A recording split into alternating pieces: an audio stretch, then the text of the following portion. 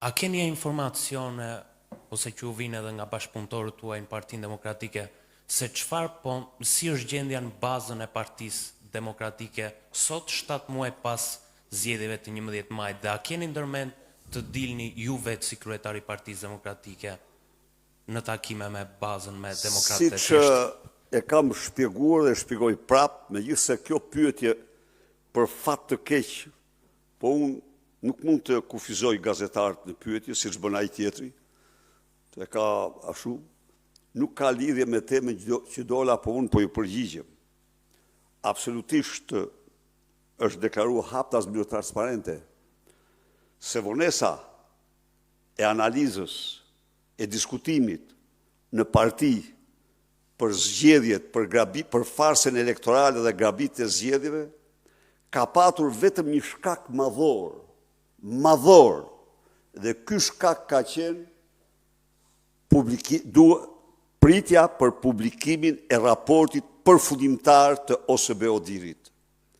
Pra, ka qenë njëkohësisht përpjekja jonë e jashtëzakonshme që Edi Rama të mos ndikonte dot në ndryshimin e raportit paraprak fillestar, siç u angazhua ai me të gjithë potencialin e qeverisë së tij dhe të propagandës.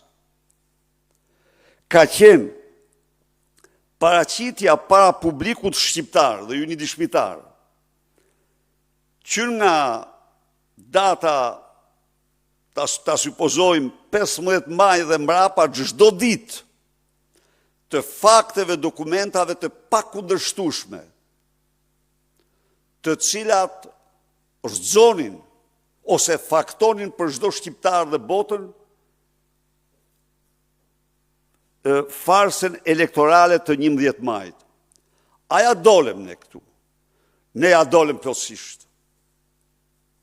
Tani, Sali Berisha ka deklaruar me 10 herë para shqiptarëve 2 gjëra. Spari me Edi Ramën nuk ka zgjedhje. Së dyti, unë do mbroj votën. Kam deklaruar do mbroj votën. Partia Demokratike do mbroj votën. Dhe Partia Demokratike mbrojti votën. Nuk mbrojt vota me Kalashnikov. Vota u damkos si fars. U rrjeshtuar nga komuniteti ndërkombëtar një nga një. Të gjithë ata faktor antikushtetues, antidemokratik, të gjithë ato ndërhyrje që shkelen në mënyrë flagrante dokumentat ndërkombëtare për zgjedhjet e lira, parimet e zgjedhjeve të lira, përdorimi të gjitha mjeteve të administratës për të grabitur zgjedhjet. Unë besoj se kjo është një rëndësie jetike, sepse një opozit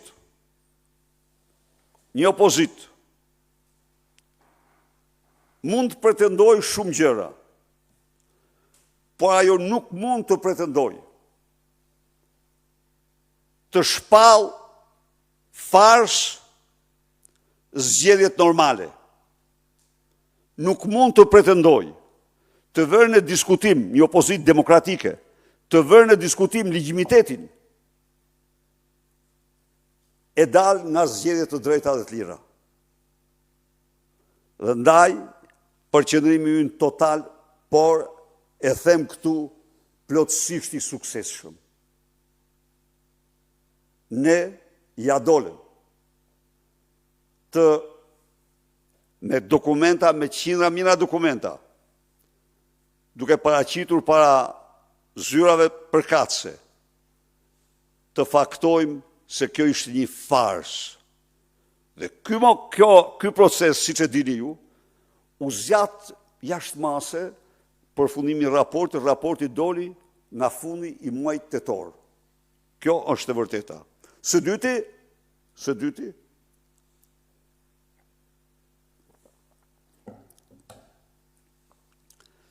sa po u ktheva nga San Paulo, punimet e Asamblesë Përgjithshme të Internacionales Demokrate të Qendrës, në të cilën Shqipëria, zgjedhjet në Shqipëri, u damkosen siç janë, terrori dhe dhuna politike ndaj pluralizmit mori ndëshkimin që meritoi. Narkoshteti shqiptar u shpall një rrezik jo vetëm për shqiptarët, por për rajonin dhe Europën. Pra, ishin këto angazhime, por unë i garantoj dhe ne ka filluar debatin bazë, janë krijuar grupet e punës, është formuluar udhëzuesi dhe mbi bazën e tij në të gjithë partinë demokratike do të bëhet një diskutim me synimin më kryesor të një forcimi të kësaj partie për betejën vendimtare kundër narkoregjimit tani. Kështu që jam plotësisht i vetëdijshëm që demokratët janë e presin këtë, por tek demokratët shkohet tani me ato që thash. Zgjedhjet për fat të mirë u arrit të mos të lëshoj raporti, për të mos thënë tjetër që qeveria e Shtetet e Bashkuara jo që nuk i dërgoi urim, por nëpërmjet zëdhënësit tha se ato nuk ishin zgjedhje të lira, domethënë, dhe kjo kishte vlerën e vet të veçantë, të madhe. Kjo është përgjigja dhe i garantoj antarë dhe mbështetësit se ne do angazhohemi në një proces të fuqishëm, ringritje për betejën vendimtare kundër narkoshtetit.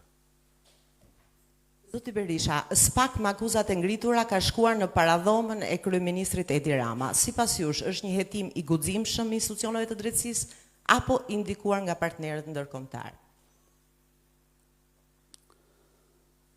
Tani, unë i kam dëgjuar gjitha variantet, por me sinqeritet, unë nuk mund të them.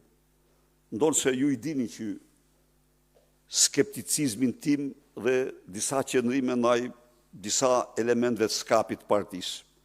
Nuk mund të them se është ndikim ndërkombëtar, apo është vendosmëri për zbatuar ligjin në kushte kur Lubia, Ervisi dhe Edi Rama tregonin gjithçka të mrapsht që po bënin me mesazhet e tyre. Dhe në këto raste, gjykatësi, prokurori, hetuesi, ose do humbiste çdo fytyrë